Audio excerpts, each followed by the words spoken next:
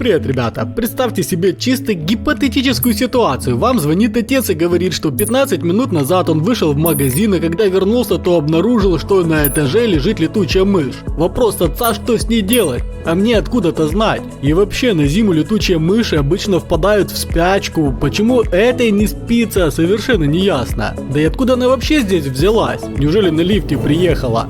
Хотя тут на потолке есть несколько кабельных отверстий, и возможно именно оттуда она и вывалилась. Вопросов много, ответов мало, но с мышью определенно надо что-то делать. Первое, что мы решили в этой ситуации, так это предложить рукокрылой воды.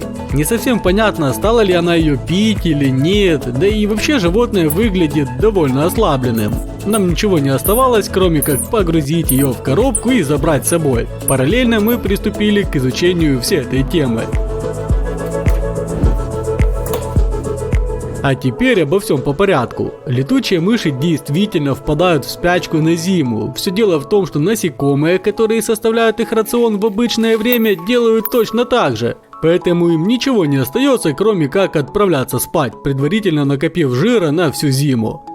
Почему же этой мыши не спится? Вероятнее всего, запас жира для пережидания зимы у нее закончился, и оголодавшей мыши пришлось выбраться наружу. На то, что эта особа действительно истощена, указывает сразу несколько признаков. Первый из них очень впавший живот, через него даже просматривается позвоночник зверька. Второй признак – впадина на холке между лопатками, что также указывает на практически полное отсутствие подкожного жира. Теперь задача определить, представитель какого вида летучих мышей сейчас перед нами. В нашем случае это рыжая вечерница. Во-первых, у нее характерная рыже-коричневая расцветка меха. Во-вторых, замерив линейкой, определили, что длина предплечья составляет 55 мм. Обычно у вечерниц эта величина в диапазоне 48-58 мм. Также одним из признаков является булавовидная форма козелка у основания уха. Но определяли мы подвид животного не просто из любопытства. Существуют установленные нормы веса для каждой, так сказать, породы. Если вес окажется ниже нормы, тогда мышь стоит докармливать. Итак, для рыжей вечерницы, которая у нас, нормальный вес 30 грамм. Пора взвесить нашего вампирчика. Вес летучей мыши составил всего 24 грамма. Значит, пора приступать к кормлению. Но сперва поставим коробку с рукокрылой гостьей к обогревателю, чтобы поднялась температура тела. Только при таких условиях она сможет нормально переварить пищу. А пока мышь отогревалась, мы быстренько метнулись в зоомагазин и купили личинок мучного хрущака.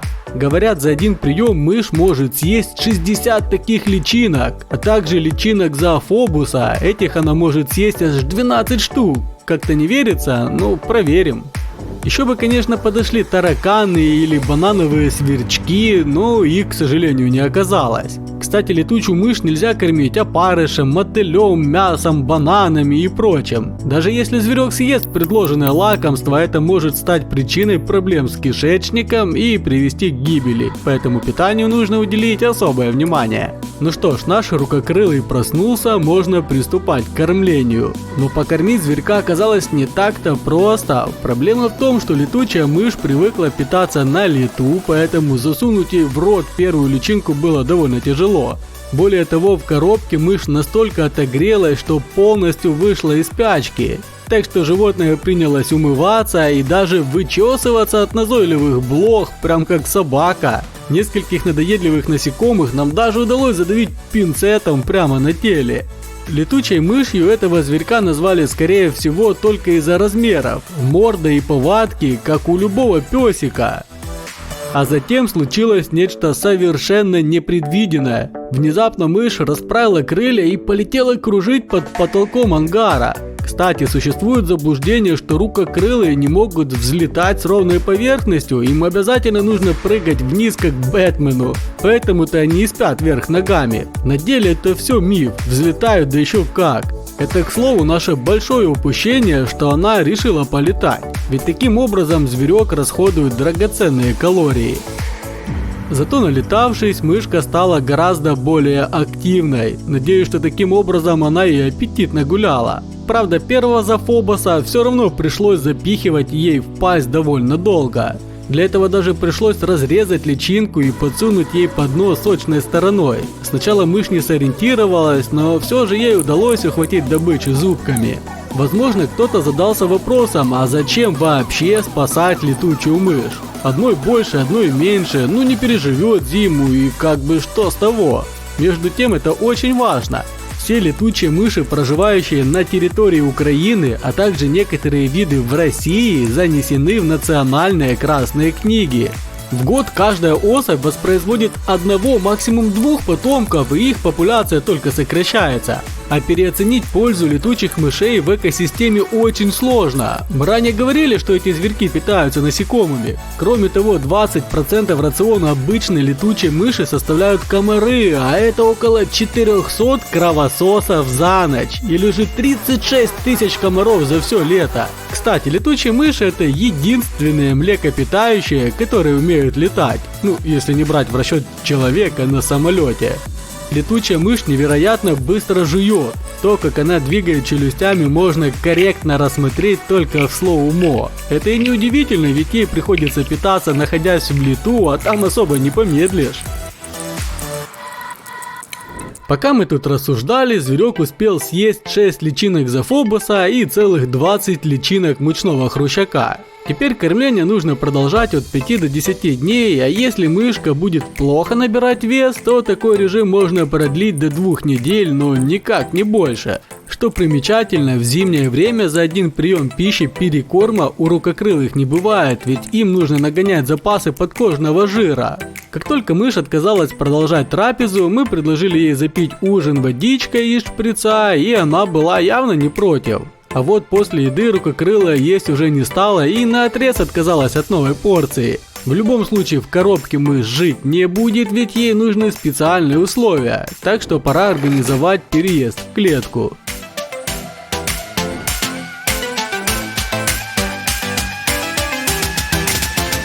Нижнюю часть клетки предварительно застилаем лоскутками хлопковой ткани.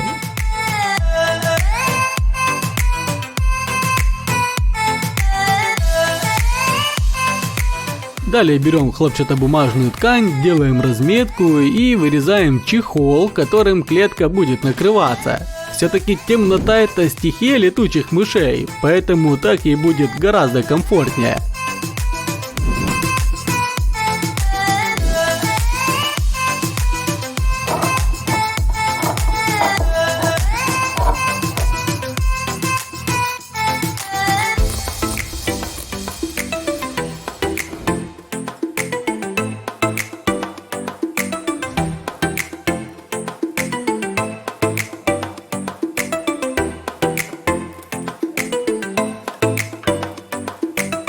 А теперь оставим ее на сутки при комнатной температуре, пусть отдыхает. Наступил второй день, а точнее вечер. Именно по вечерам нужно кормить мышку в силу ее ночного образа жизни. Снова начались эти уговоры и попытки накормить. Когда мы тыкали зверьку в нос сочной личинкой, он никак не мог понять, что праздник продолжается и можно отъедаться дальше. Трапеза сопровождалась теми же трудностями, но на сей раз мышь гораздо быстрее освоилась и начала есть. Да не просто начала, она так разогналась, что только и успевали подсовывать личинок. Процесс кормления стал напоминать мясорубку, главное мясо вовремя подбрасывать. Мы читали, что зверек может съесть за раз аж 60 маленьких личинок мучного хрущака или 12 больших зофобосов. Но это казалось нереальной задачей для такого маленького зверя. А по факту на второй день летучая мышь съела 9 больших и 83 маленьких личинки. Вот это я понимаю аппетит. Мышь наелась, так что оставим ее до следующего вечера. Когда мы пришли в ангар на следующий день, нижняя часть клетки была покрыта экскрементами. Это может значить только одно: пищеварительный процесс рукокрылого нормализировался. Поэтому мы решили облегчить себе жизнь и попробовали просто накидать личинок прямо в клетку в надежде, что мышь сама обнаружит добычу. Но не тут-то было. Снова пришлось вынимать зверька и кормить вручную. На третий день аппетит животного был гораздо скромнее, как раз на том уровне, о котором и пишут в умной литературе. Ну и конечно же не забываем предлагать воду. Хотя на этот раз, как нам показалось, мышь не стала пить вовсе. Вот так незаметно наступил 4-й день кормления, и нормализация состояния зверька стала еще более очевидной. Мы застали летучую мышь в ее природном положении для сна, вверх ногами на потолке. Видимо, после 3-дневного питания у нее на это появились силы.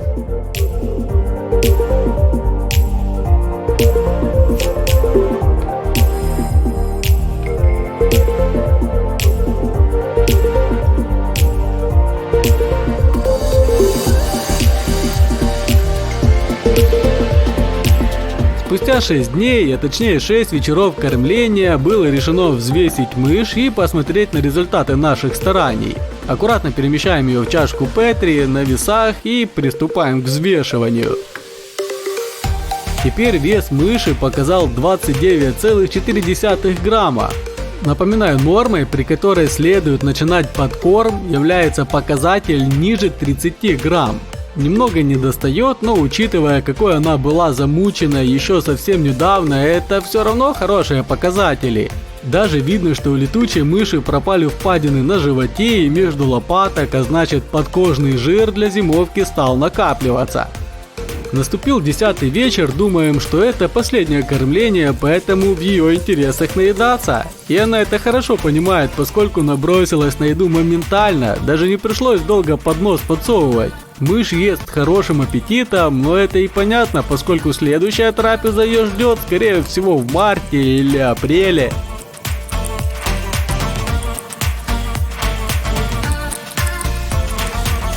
То, что мышка съела вечером 10-го дня, переварила за ночь, и теперь утром 11-го можно проводить финальное взвешивание. На его основе мы и будем решать, что делать дальше.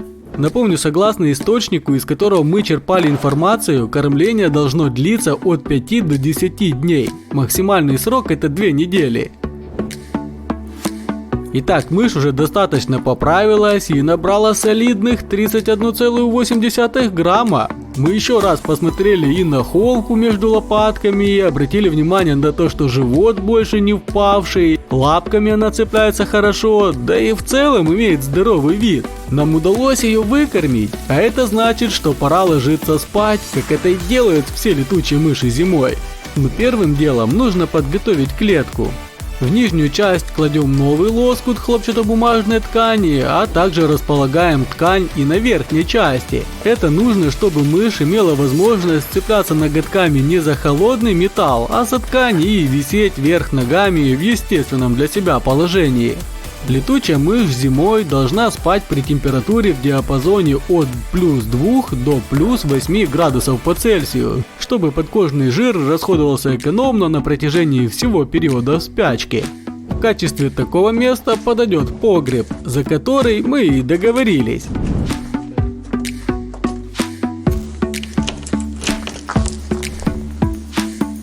Сейчас там как раз плюс 3 градуса. А через месяц вымем мышку и сделаем ей контрольное взвешивание, чтобы понять, спать малой дальше до весны или снова начинать кормление. Что ж, до связи. Пока-пока.